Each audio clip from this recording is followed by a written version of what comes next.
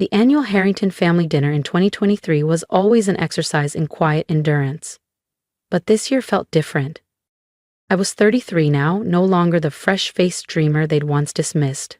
As I stepped into my parents' Seattle waterfront estate, the familiar scent of cedar and expensive wine wrapped around me like an old, unwelcome coat. "Oh, look who finally decided to grace us."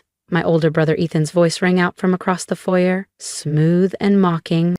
"How's that little renewable energy project of yours, Lena? Still pretending to save the planet?" I smoothed the hem of my navy silk dress, Prada, though I knew they'd never recognize it, and smiled faintly, picturing the signed acquisition papers sitting in my real office. Papers that would make tomorrow unforgettable. "Still running, Ethan, thanks for asking." The living room glittered with over-polished success. My sister-in-law Camille dripping in gemstones. My parents glowing with pride over their accomplished son. And a chorus of relatives eager to trade resumes. Ethan, of course, held court by the fireplace, champagne in hand. "You know," he began, relishing his audience, "Harrington Energy just hit another record quarter. We're expanding into 2 new countries." He glanced at me with a smirk. "But I'm sure your, what is it? Climate consulting is doing fine, too." If only he knew. His record quarter was already circling the drain. Those expansion plans? Dead before they began. Harrington Energy's future now sat in my hands. Lena Carson, founder of Solace Dynamics, the company that had quietly bought up their debt for the past year. My mother touched my arm, her diamond bracelet flashing under the chandelier. "We're just concerned for you, darling. After all these years with that little business, maybe it's time to think about something more secure. Ethan could always find you a position." I thought of my little business, now valued at nearly $500 million, and of the meeting scheduled tomorrow morning where I would take control of Harrington Energy. "Actually, Mom," I said, taking a slow sip of champagne, "business is going exceptionally well." Camille gave a thin laugh. "Please. Our driver's niece saw you working late in that cramped office downtown. So sad." That cramped office was merely a decoy. My real headquarters occupied the top 3 floors of the Rainier Tower, complete with a private sky lounge. But they didn't need to know that. Not yet. Dinner rolled on as usual, Ethan basking in his own stories, each more inflated than the last. "We're about to close the biggest deal in our history," he bragged. "Once we acquire Pacific Renewables, we'll be untouchable." I hid my smile behind my wine glass. Pacific Renewables had already turned down Ethan's bid in favor of a much better offer from my company, though he wouldn't find that out until tomorrow. "Speaking of business," my father said, his voice lined with that familiar note of disapproval, "your brother tells me your little startup is trying to compete in the renewable energy infrastructure market. Isn't that a bit ambitious for your resources?" Before I could respond, my phone buzzed. The name on the screen, Sarah, my chief of staff. She knew better than to interrupt family dinner unless it was urgent. Everyone's eyes followed me as I rose from the table. "Miss Carson," Sarah's voice was crisp and efficient. "The board has approved the full executive restructuring of Harrington Energy. We're ready to execute tomorrow morning. Do you want to confirm the entire list?" I glanced back into the dining room. My family seated in their cocoon of assumed superiority. Ethan still holding court with his champagne. Camille idly displaying a diamond bracelet worth more than they imagined I earned in a year. "Yes," I said, my voice deliberately carrying across the room. "Approve all of them." "Even your brother?" Sarah asked. I locked eyes with Ethan, watching his smug expression falter. Especially my brother. The silence that followed was almost theatrical. Camille's fork clinked against her plate. My mother's hand flew to her throat. And Ethan? His face drained of all color. "Lena," he stammered, his voice suddenly unsure, "what are you talking about? What layoffs?" I stepped back into the room, every eye on me. "Oh, didn't you know?" I asked lightly, letting years of his condescension sharpen my smile. Solace Dynamics now holds controlling interest in Harrington Energy. As of tomorrow morning, we're restructuring the entire company. That's impossible, he snapped. You don't have the resources. I unlocked my phone, opening my portfolio app and tilting the screen toward him. Actually, brother dear, I have more than enough resources. Care to see the numbers? The room erupted. My father barking for explanations, my mother's voice cracking into sobs, Camille's polished composure dissolving. But Ethan just sat there, staring at me like he was seeing me for the first time. And this was only the beginning.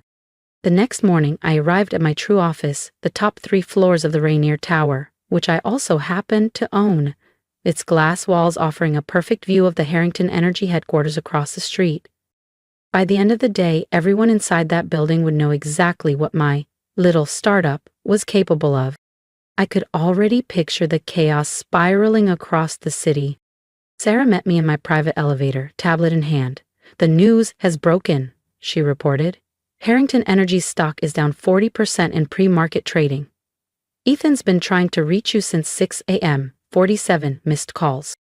I stepped into my office, the curved desk of rare African blackwood gleaming under the morning light. It was worth more than Ethan's annual bonus. And the board meeting? I asked. 9 a.m. sharp. All members confirmed attendance, except your brother. Security says he's having what they describe as a significant emotional event in his office. I opened my laptop. The headlines were exactly as I'd anticipated. Energy giant Harrington taken over in surprise acquisition. Unknown firm Solace Dynamics unveils $4.2 billion renewable empire.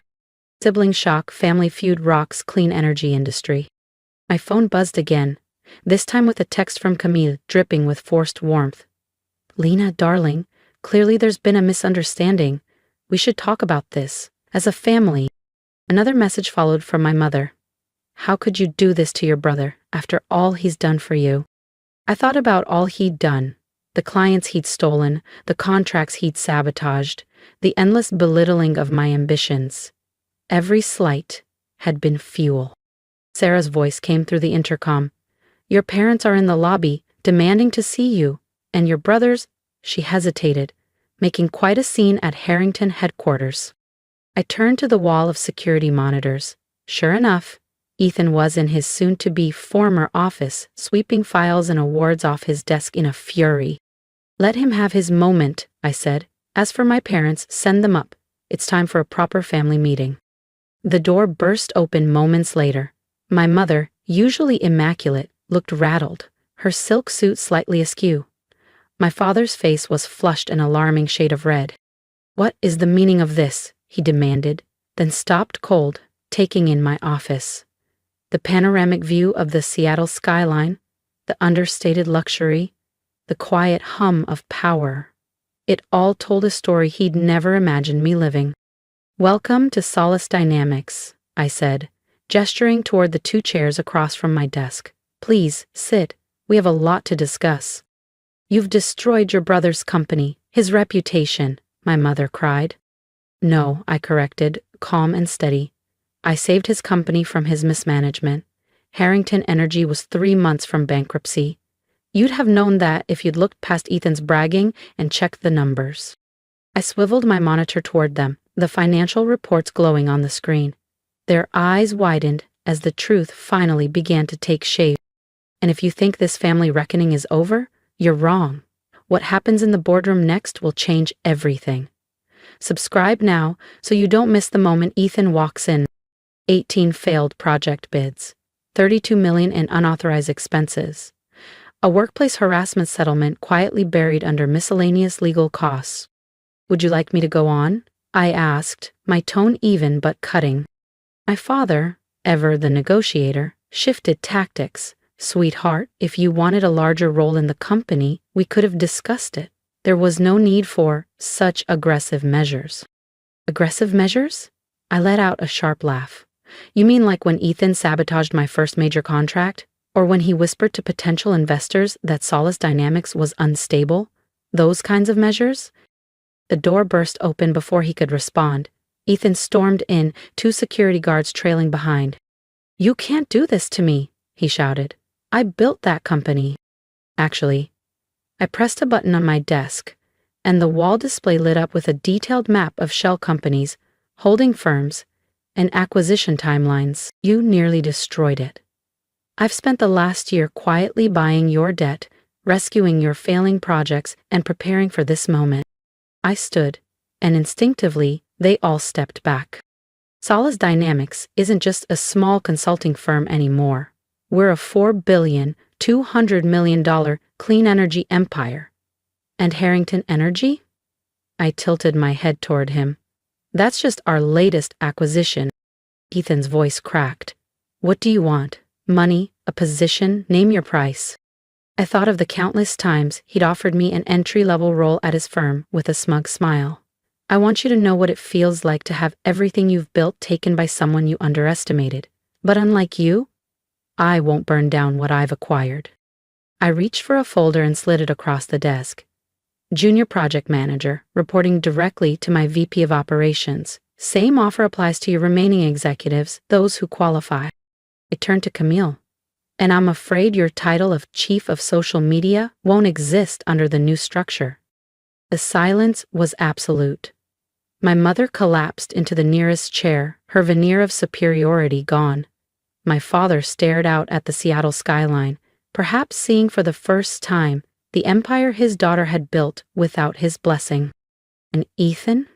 Ethan stood frozen, clutching his new contract, finally grasping that his little sister had outplayed him completely. Now, I said, settling back into my chair, shall we discuss the future of Harrington Energy, or would you prefer to start clearing out your offices? The weeks that followed were a masterclass in corporate transformation, and in teaching my family exactly who they'd been underestimating all these years. I watched from my corner office in the Rainier Tower as Harrington Energy underwent its metamorphosis, not just in structure, but in culture. Ethan, surprisingly, accepted the junior position. His first day was unforgettable. He arrived in his usual tailored Armani suit, only to be shown to a modest cubicle wedged between two engineers he'd never bothered to acknowledge when he was CEO. Your morning coffee, Mr. Harrington, his former executive assistant quipped as she passed his desk, my latte in hand. The irony was thick enough to taste. Camille tried a different tactic. She breezed into my office, uninvited, dressed in what she clearly thought was business casual, a cream Gucci sheath dress that probably cost more than her monthly mortgage. Lena, darling, she purred, surely we can work something out. I have excellent connections in the social circuit.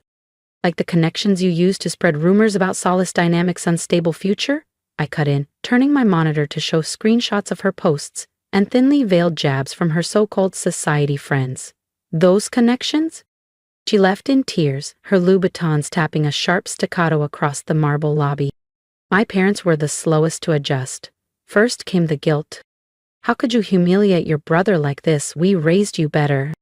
Then bargaining.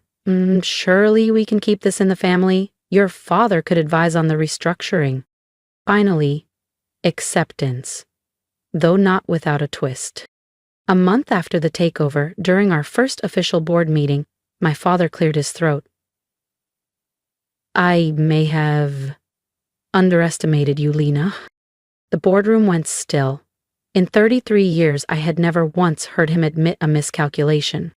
When you started your company, he went on, I thought you were being stubborn, refusing to follow the path we'd prepared for you. He glanced at the quarterly reports glowing on the screen. Solace Dynamics' growth curve nothing short of spectacular. Now I see you weren't following a path. You were blazing one. I let the moment breathe before answering. Thank you, Dad. But this was never about proving you wrong. It was about proving myself right. The transformation exceeded even the market's highest expectations. We cut waste, invested in genuine innovation instead of Ethan's vanity projects, and built a culture where merit, not bloodline, determined advancement.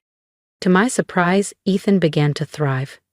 Stripped of his title and privileges, he learned the business from the ground up. 6 months in, he actually earned, his first promotion. I never really knew what our developers did, he admitted during a review. I just took credit for their work. And now? I asked, genuinely curious.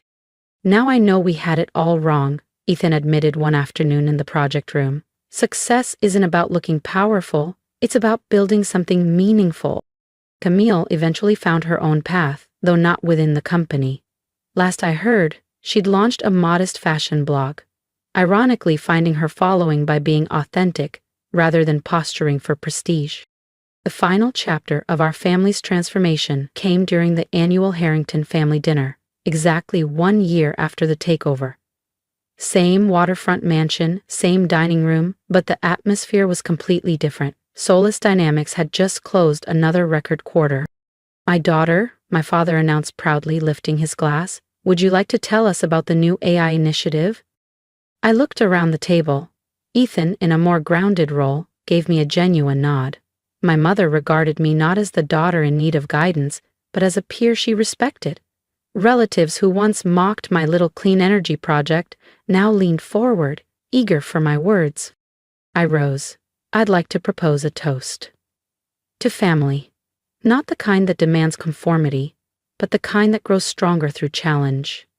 To success, not measured by appearances, but by impact. And to small beginnings, because sometimes the largest empires start as tiny ideas nobody believes in." The room broke into genuine applause, a far cry from the polite tolerance of a year ago. Later, as I made my way to my modest hybrid in the driveway, Ethan joined me. "You know what's funny?" he said, eyeing the car. "All those years, we thought success looked like sports cars and corner offices.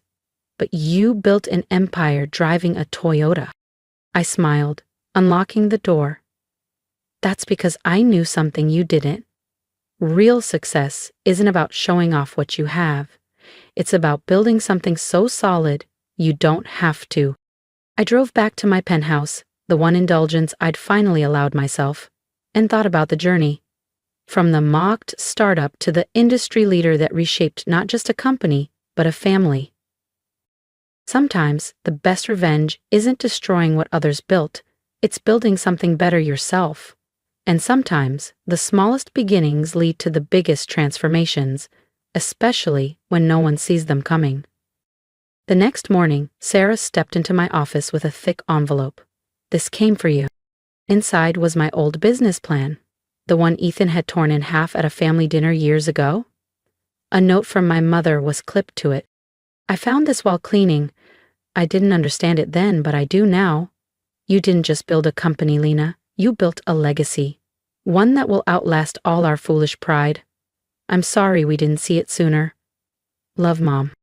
I pinned the tattered pages on my wall beneath our first company logo, where the sunlight from the floor-to-ceiling windows hit each morning. It reminded me daily that success stories rarely start with privilege. More often they start when someone believes in themselves, when no one else will. Last week, a young entrepreneur pitched me her renewable tech startup. Her hands trembled as she admitted she had no Ivy League degree, no wealthy backers, just a sharp idea and relentless determination. I invested, not despite her humble beginnings, but because of them. After all, every empire starts somewhere, even if it's just a small, overlooked idea that nobody believes in. At first, I fought for every step of this journey, often without a single person believing in me. Now I want to hear from you. What would you have done in my place? Share your thoughts below and let's talk. And remember, never let someone else's doubt define your limits. Build your own path, even if it starts small, because the world's biggest changes often begin quietly.